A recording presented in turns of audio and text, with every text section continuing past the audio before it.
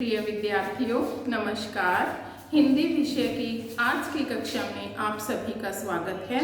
हिंदी विषय के अंतर्गत आज हमारा उप विषय है संबंध बोधक।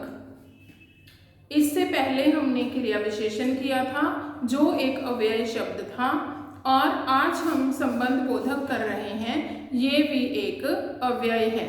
अव्यय का भाव होता है जिसमें व्यय पैदा ना हो सके, भाव जिसमें कोई विकार पैदा ना हो सके। किसके कारण?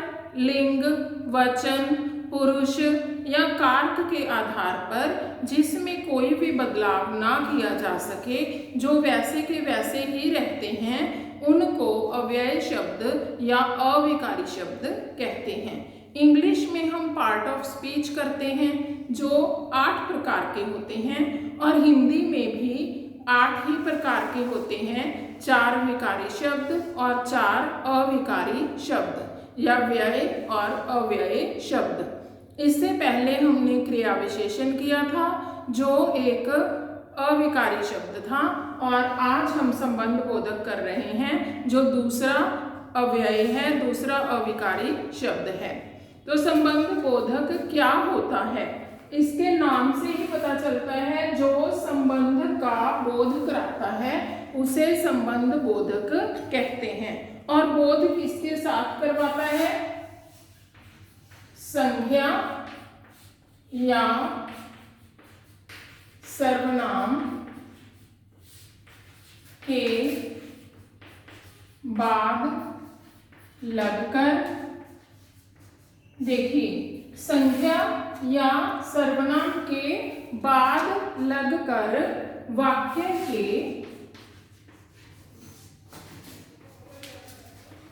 अन्य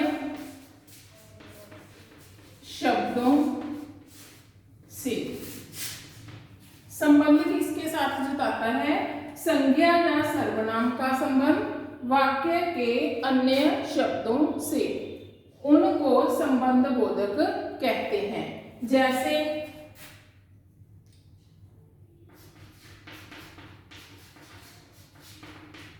आगे, पीछे, के ऊपर, के नीचे आदि। बहुत से शब्द होते हैं, इनमें मैंने कुछ के साथ ये के विभक्ति चिन्ह लगाया है और कुछ के साथ नहीं लगाया है। वो इसलिए क्योंकि ये विभक्ति के बिना भी हो सकते हैं और विभक्ति के साथ भी हो सकते हैं। ये हम बाद में करेंगे कि कहाँ पर ये है बिना होते हैं विभक्ति के और कहाँ पर ये साथ होते हैं। तो जो शब्द संज्ञा या सर्वनाम के बाद में लगकर वाक्य के अन्य शब्दों से संबंध स्थापित करते हैं, उनको संबंध बोधक कहते हैं। जैसे वह छत के ऊपर सो रहा है। वह सर्वनाम है, छत संज्ञा है। सर्वनाम संज्ञा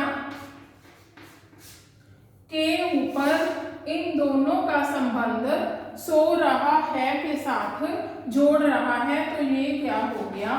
संबंध बोधक। इस प्रकार से संबंध बोधक जो शब्द संज्ञा या सर्वनाम के बाद में लगकर वाक्य के अन्य शब्दों के साथ संबंध स्थापित करता है, उनको संबंध बोधक शब्द कहते हैं। तो अब हम इनके भेद करेंगे। ये 2 प्रकार से होते हैं इनके भेद। एक होते हैं प्रयोग के आधार पर जो 3 प्रकार के होते हैं, और एक होते हैं अर्थ के आधार पर जो 8 प्रकार के होते हैं। सबसे पहले हम करेंगे प्रयोग के आधार पर।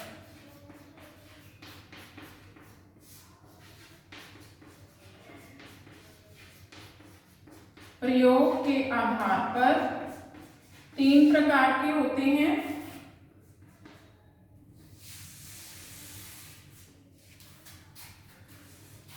सबसे पहला है विभक्ति सहित। विभक्ति हमने कारक किया था, कारक में था कि कुछ विभक्ति चिन्ह थे, जैसे कर्ता ने, कर्म को, करण से, संप्रदान के लिए, ऐसे कुछ विभक्ति चिन्ह हमने कारक में किए थे। वो ही विभक्ति चिन्ह यहाँ पर जब लगे हुए होते हैं तो उनको विभक्ति सहित संबंध बोधक कहते हैं, जिनमें के, से, जैसे के पास, के बीच, के ऊपर, ऐसे शब्द जब लगे हुए होते हैं तब उनको विभक्ति सहित संबंध बोधक कहते हैं। जैसे हमने ये वाक्य बनाया है, वह छत के ऊपर सो रहा है। अब के शब्द साथ में लगा हुआ है ऊपर के, ऊपर के साथ के लगा हुआ है, तो ये क्या है, विभक्ति सहित संबंध बोधक शब्द है। अब जैसे मेरे घर के पास मंदिर है।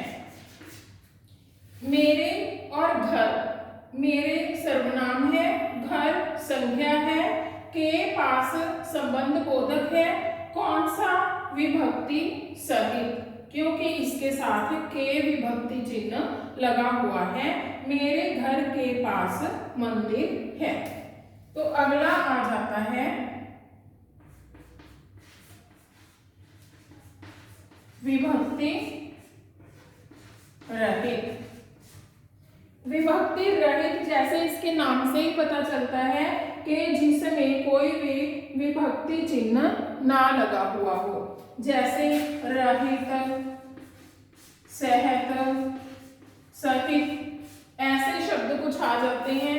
जैसे हम एक उदाहरण ले लेते हैं, वह परिवार सहित घूमने गया। अब वह सर्वनाम है, परिवार संज्ञा है और सहित शब्द अकेला है, इसके साथ कोई भी विभक्ति चिन्ह के, ने, में, पर ऐसा कुछ भी नहीं है, तो ये क्या हो गया, विभक्ति रहित संबंध बोधक। अब उसके बाद आ जाते हैं उभय, उभय संबंध बोधक।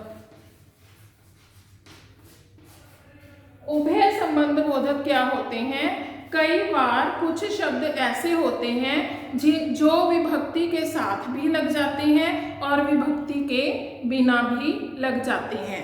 जैसे के द्वारा, के बिना। उदाहरण ले लेते हैं, मीना के द्वारा पत्र लिखा गया। मीना के द्वारा पत्र लिखा गया। यहाँ पर ये के शब्द जो है वो विभक्ति चिन्ह है। और अगर हम लिखें मीना द्वारा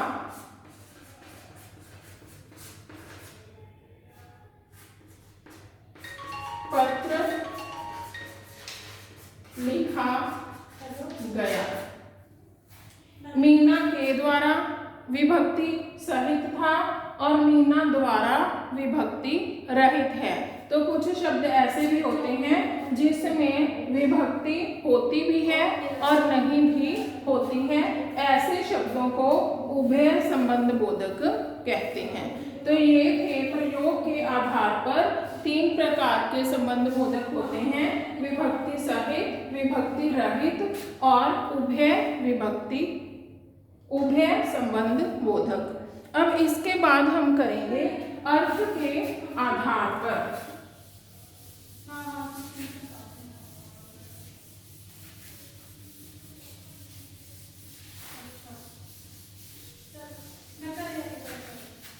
अर्थ के आधार पर 8 प्रकार के अर्थ के आधार पर कितने प्रकार के होते हैं? 8 प्रकार के संबंध बोधक होते हैं। सबसे पहला है काल बोधक।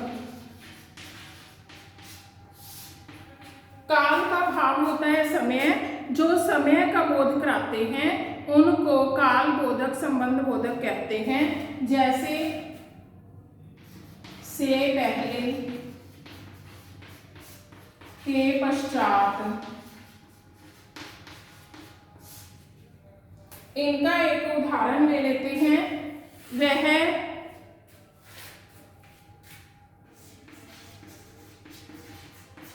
मेरे पश्चात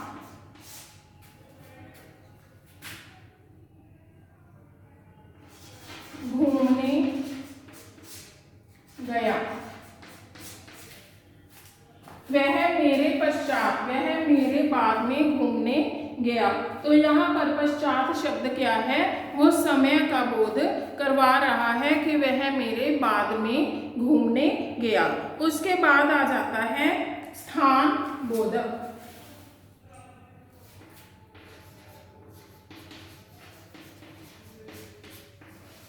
स्थान बोधक जो शब्द स्थान का बोध कराते हैं उनको स्थान बोधक संबंध बोधक कहते हैं। जैसे के पास, से दूर। इसमें कोई उदाहरण ले लेते हैं। मेरे घर के पास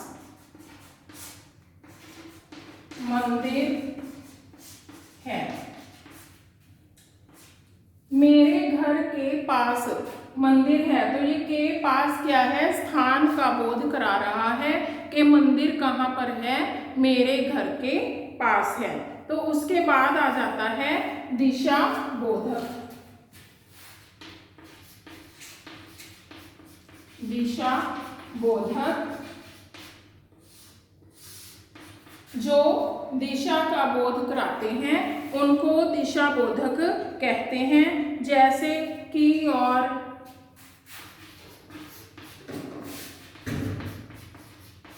की ओर, की तरफ,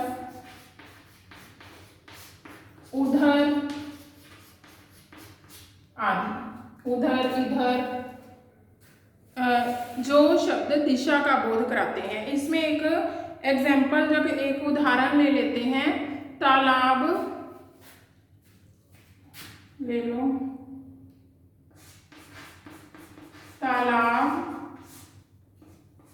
की ओर मत जाना। तालाब की ओर मत जाना। ये की ओर क्या है? हमें दिशा के बारे में बता रहा है कि किधर नहीं जाना है, तालाब की ओर नहीं जाना है। उसके बाद आ जाता है साधन बोधक संबंध बोधक।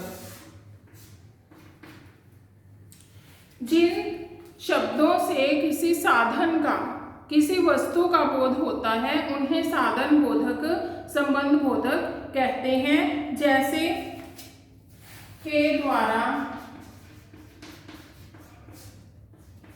के साथ,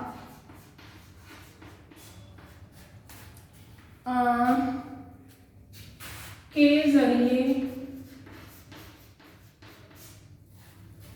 इसका कोई एक उदाहरण ले लेते हैं।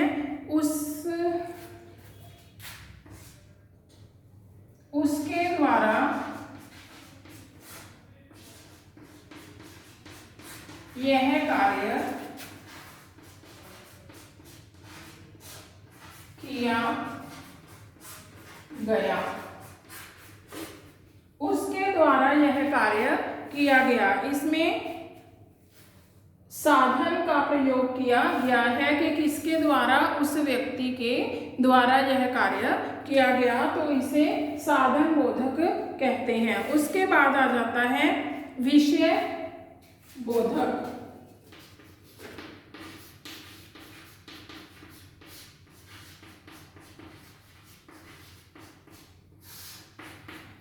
विषय बोधक में होता है जिससे जिन शब्दों में किसी विषय के बारे में बताया जाता है, जैसे के बारे।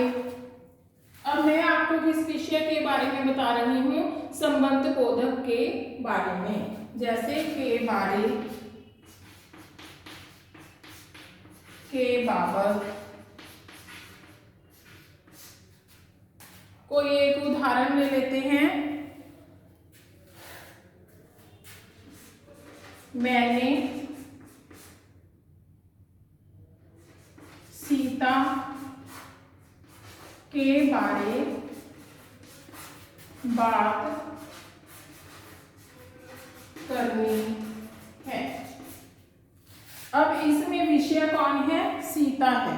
किसके बारे में बात करनी है, सीता के बारे में बात करनी है। तो ये कौन सा संबंध बोधक है, विषय बोधक, संबंध बोधक। इसके बाद आ जाता है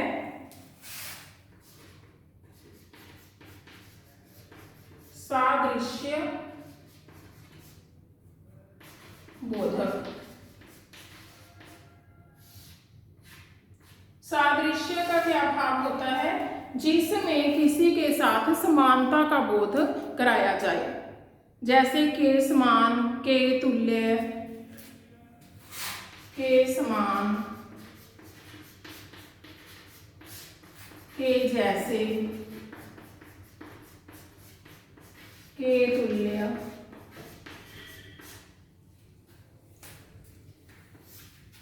कोई उदाहरण,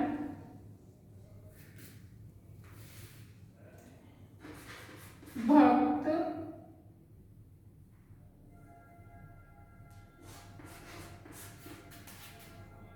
प्रहलाद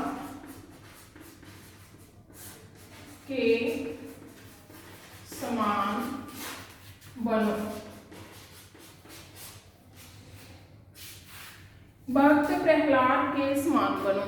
अब इसमें हमें किसके जैसा बनने के लिए कहा गया है, भक्त प्रहलाद के समान। तो इसमें भक्त प्रहलाद क्या आ गया, के समान क्या आ गया, इसमें सादृश्य बोधक, संबंध बोधक चिन्ह। अगला आ जाता है मित्रता बोधक।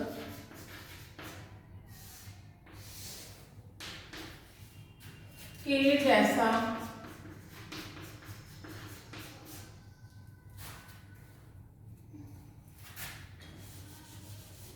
के जैसा सादृश्य में आ जाएगा, के बिना, के अलावा।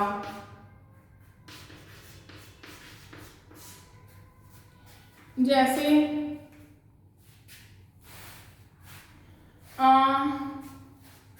शब्द ले लेते हैं,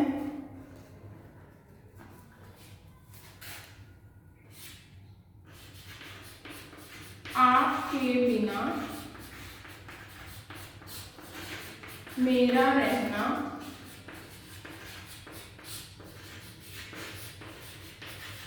मुश्किल है।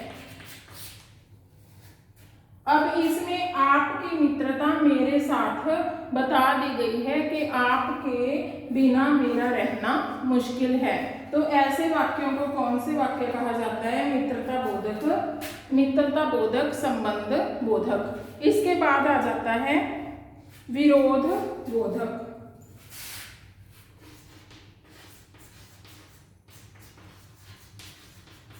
विरोध बोधक, संबंध बोधक।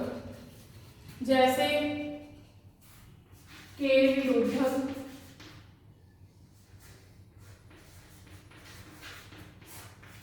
के खिलाफ, जिसमें विरोध को जताया जाता है। जैसे वह मेरे खिलाफ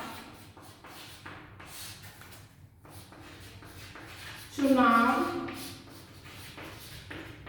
लड़ रहा है। वह मेरे खिलाफ चुनाव लड़ रहा है। तो यहाँ पर ये खिलाफ शब्द क्या है? विरोध प्रकटा रहा है, विरोध के बारे में बता रहा है। तो इस प्रकार अर्थ के आधार पर ये 8 प्रकार के संबंध बोधक होते हैं। काल बोधक, स्थान बोधक, दिशा बोधक, साधन बोधक, विषय बोधक, सादृश्य बोधक, मित्रता बोधक और विरोध बोधक। प्रयोग के आधार पर 3 प्रकार के संबंध बोधक होते हैं और अर्थ के आधार पर 8 प्रकार के संबंध बोधक होते हैं। तो अब हम करेंगे संबंध बोधक और क्रिया विशेषण के बीच अंतर।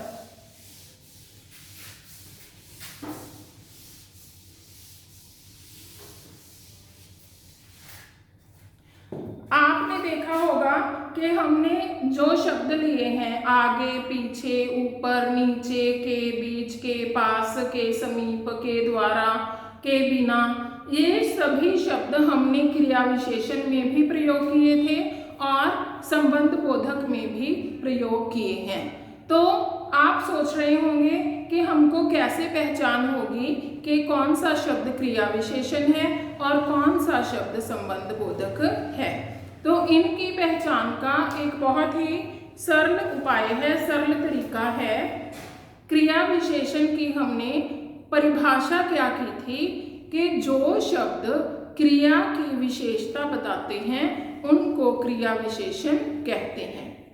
और संबंध बोधक की क्या है कि जो शब्द संज्ञा या सर्वनाम के बाद में लगकर अन्य शब्दों के साथ उनकी विशेषता बताते हैं उनको संबंध बोधक शब्द कहा जाता है। तो इसको हम कुछ उदाहरणों के माध्यम से समझेंगे। सबसे पहला है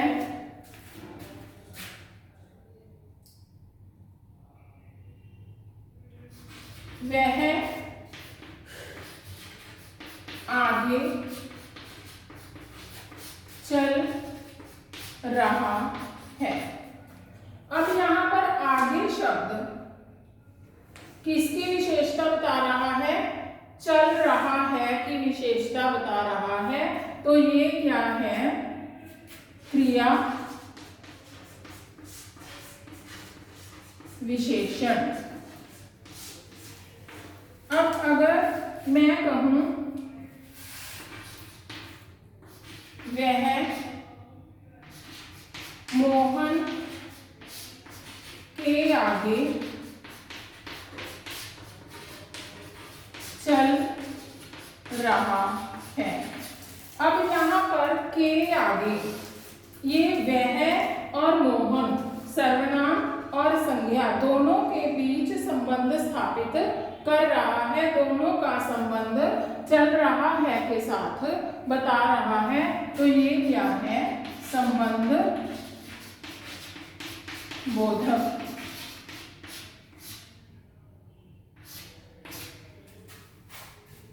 जहां पर क्रिया की विशेषता बताई गई है वो क्रिया विशेषण, और जहां पर संज्ञा और सर्वनाम के बीच संबंध स्थापित किया गया है, संज्ञा और सर्वनाम का संबंध वाक्य के अन्य शब्दों के साथ बताया है, वहां पर क्या हो गया?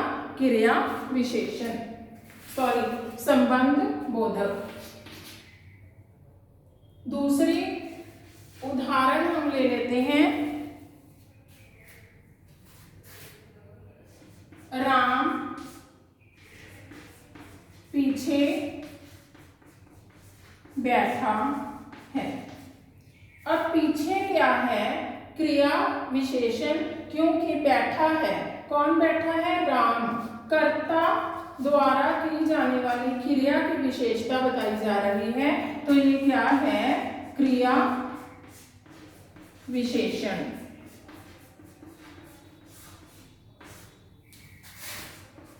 अब इसकी एक और उदाहरण ले लेते हैं। राम शाम के पीछे बैठा है। ये क्या है, संबंध बोधक। राम और श्याम का संबंध बैठा है के साथ कौन सा शब्द जोड़ रहा है, के पीछे। तो ये के पीछे क्या हो गया, संबंध बोधक शब्द। एक और उदाहरण हम ले लेते हैं।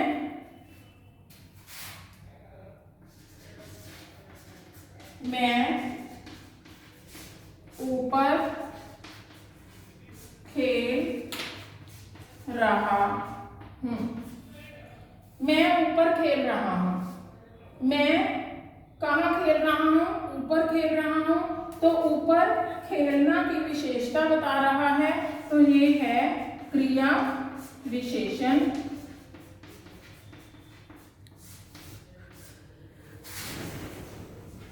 मैं छत के ऊपर खेल रहा हूं। यहां पर क्या आ गया, संबंध बोधक।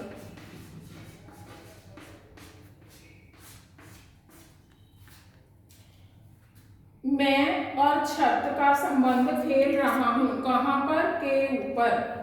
ठीक, इस प्रकार आपने एक और चीज देखी होगी कि जो क्रिया विशेषण है वो शब्द अकेले हैं, आगे पीछे ऊपर नीचे, इस प्रकार से अकेले होते हैं।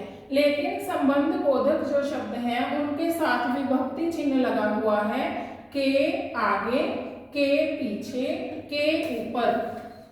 ज्यादातर जो संबंध बोधक शब्द होते हैं उनके साथ कोई ना कोई विभक्ति चिन्ह लगा हुआ होता है, लेकिन कई बार ये शब्द विभक्ति रहित भी हो सकते हैं और उभय शब्द भी हो सकते हैं। लेकिन इनको पहचानने का एक आसान तरीका होता है कि यहाँ पर विभक्ति चिन्ह लगा हुआ है तो वो संबंध बोधक शब्द ही है, और अगर वह संज्ञा और सर्वनाम का संबंध बता रहा है तो वह संबंध बोधक शब्द है।